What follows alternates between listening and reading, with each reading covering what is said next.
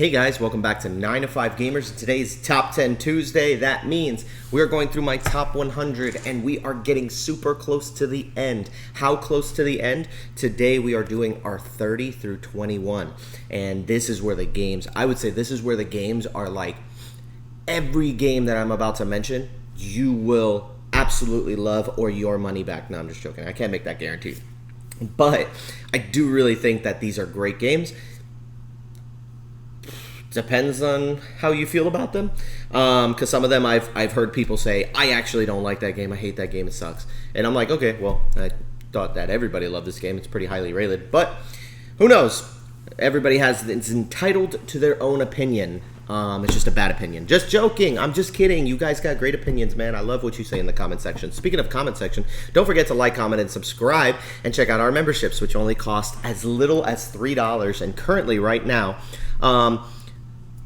I know last week I said that everybody, like the first 20 people, actually I'm just going to say that everybody who subscribes at this point, or becomes a member rather, you get access to all of the different levels.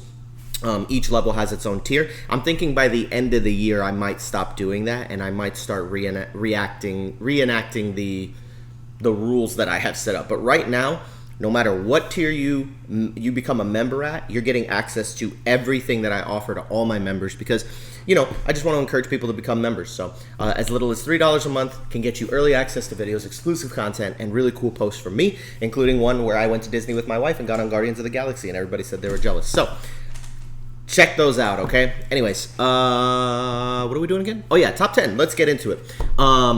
My number 30 is a really cool game called Revive, and there were some people who said it was overhyped and yada yada yada. I think it's properly hyped. I think it's a great game. I don't think it's a bad game at all. The really cool system that you have where you have all the little wooden pieces that they go on the outside, that little machine mechanism that you have, this game is super cool. What type of game is it? It's hard to say. It's kind of worker placement, kind of deck building, kind of. Like it's a very fascinating game. And I love the way they put it together. I do feel like it's missing some key things that would make it a little more interesting, but nothing that an expansion couldn't fix. And the game is already good without it. And so it doesn't necessarily need it. It was just something more that I was looking for, like combat. It doesn't have a lot of combat. It doesn't have a ton of player interaction with each other. But towards the end of the game, it starts getting real sweaty. Real sweaty. So that is Revive. Really like that game. Fun game. My number 29 is Planted. It's not Planted, it's Ankh. And so this was designed by Eric Lang. And is there anybody else that helped design this thing? I feel bad when I don't give the full credit to whoever made it. Oh, I don't even see it. Is it on the front of the cover? A game by Eric Lang and art by Adrian Smith. Okay, so dude, this guy can make some really great combat area control games. If you like Blood Rage, Ankh is a really cool version of that. I love the miniatures in this. The sculpts are, in my opinion, these are some of the best sculpts that Simon has done. In more than Blood Rage and like Rising Sun. I think these minis are a lot nicer, more detailed, colored, and things like that. Pretty cool. I like this one too because in those games, you have like your own little warriors and a chieftain.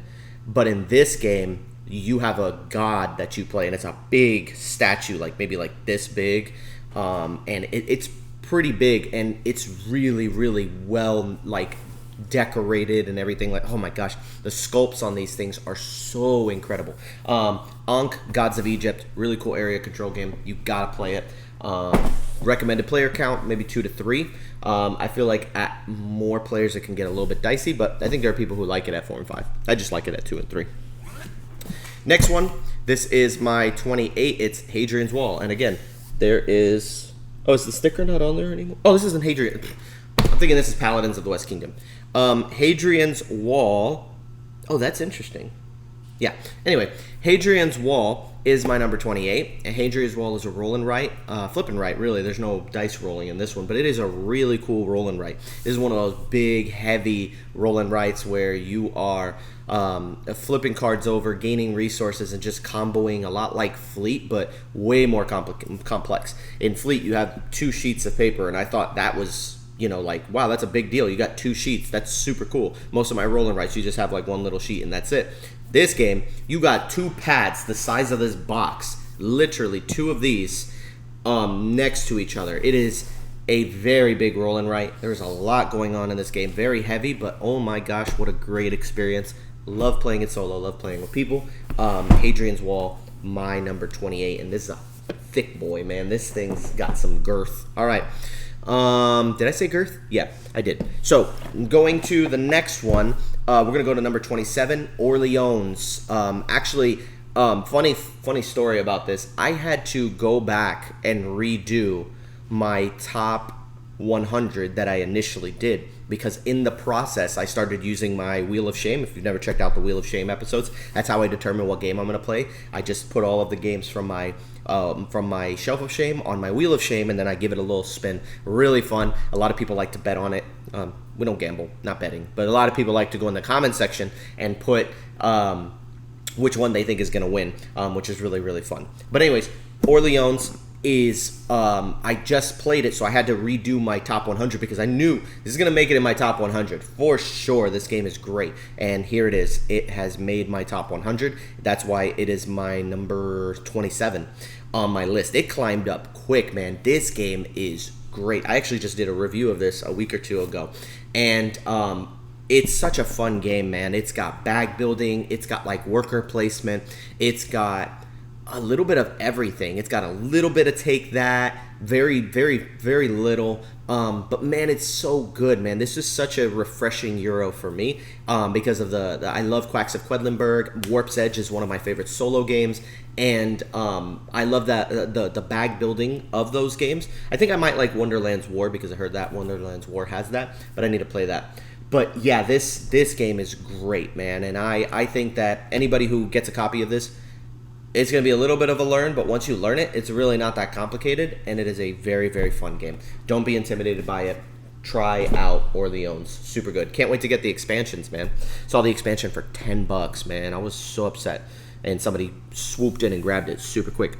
All right, my number 26 is a game called Agricola. I actually got to play this with my wife recently, and she really liked it. And so Agricola is a really cool game where you are farming and you're doing agriculture and stuff like that. So you're just kind of have this little farm where you're getting animals. You are worker placing, and then at a certain point, your 2 little workers, which are husband and wife, they have a baby, and then you get another worker, and then that's your 3rd worker, and then you can have another child, and then that child becomes a worker. So it's pretty interesting, man. It takes place in the 17th century or something like that. It is great, man. This is a Uwe Rosenberg. It is phenomenal. I really like Agricola, and I like the card play in this one specifically. The cards are what make this game replayable. I enjoy this. Just another worker placement Euro. Very fun. All right, my number 25, and I was actually surprised that this happened because I thought that I liked Hadrian's Wall more than Paladins, but apparently I like Paladins more than Hadrian's Wall. Somehow that ended up happening. Got a little sticker here because I've been trying to sell it, but again, I haven't sold it yet, so I guess people just don't. I already have Paladins or are not interested in it, but might just stay in my collection. I enjoy it. It's a great game. But Paladins of the West Kingdom is a really cool worker placement, but man, it is hard to teach this game. There are so many worker placement spots and things you can do, and teaching people how to win is the part that's difficult, because once a person starts playing it, they're kind of like, I don't know what the heck I'm doing. I don't know how I'm getting these points, and you explain those things, but it's like, it just, for some people, it's just very, very complicated. But I really love Paladins. This is honestly one of my favorite from like Garfield games. But Paladins of the West Kingdom, really cool worker placement, something like that. Worker generating worker placement. It's kind of cool. The next one after Paladins is my number 24, which is Great Western Trail. And I'm selling this. I already sold it, but that's because I want to upgrade to the 2nd edition. I want to get the 2nd edition of this because I really like this game. This is a game that I don't want to leave my collection, but I'm going to get rid of the 1st edition and get the 2nd because there's a solo version in that. There isn't in this one. But yeah, I really like Great Western Trail. Great Western Trail is like a almost, honestly, it reminds me kind of a First Rat, where you're just kind of going out and placing locations down where people have to, that there are things where you can use like abilities on these tiles, and you kind of just build up and get new cows to add into your deck, and then it's kind of like a hand management. So it's not really like a deck builder per se. It kind of is deck building, but you have you get like different cow cards, and each cow is worth like a different value. And so you want, by the end of the Great Western Trail, by the end of the trail, to have a handful of really expensive, pricey cows so that you can sell them and ship them off and gain points for that. The more expensive the cows are, the more valuable they are, the more points you get, and that's kind of the whole point of the game. It's just doing that repeatedly over and over again until somebody wins. Great Western Trail, amazing game. I need to play it again. I love that game. This one actually surprised me because this actually went down quite a bit, but Marvel United is my number 23. This is Marvel United X-Men. They have a regular Marvel United, and then they also have the new Marvel United Multiverse, which is coming out soon. I backed it, but I didn't have the money to like pay for it at the time because it was just super, like, I was like, oh, I'm gonna back this, and then I was like, okay, well, they added this, okay, well, they added this, okay, well, they added this. By the end of the campaign, the whole like Marvel United collection was going to be like an extra $400, and it was about $400 that I paid for the other two. So I paid like $400 for that set, for 2 sets, and then this one was going to be like $400 just for 1 set. And I was like, you know what, it's just getting too expensive, and I don't even play all of the stuff. And I think that's why it's gone down in my list, is because I just haven't gotten the chance to play it. Do I love the game? Absolutely. That's why it's my number 23. But it has been slipping on my list, and that's because I just cannot get this to the table, haven't been able to play, and I have the all-in for the first 2 seasons of it.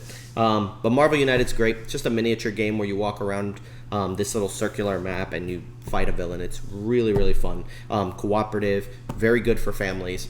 Definitely a game you should check out if you haven't played a copy of it. I think a Marvel United base set, to get the idea of what the game is like. Don't buy Marvel United, the base set, and go, this is it?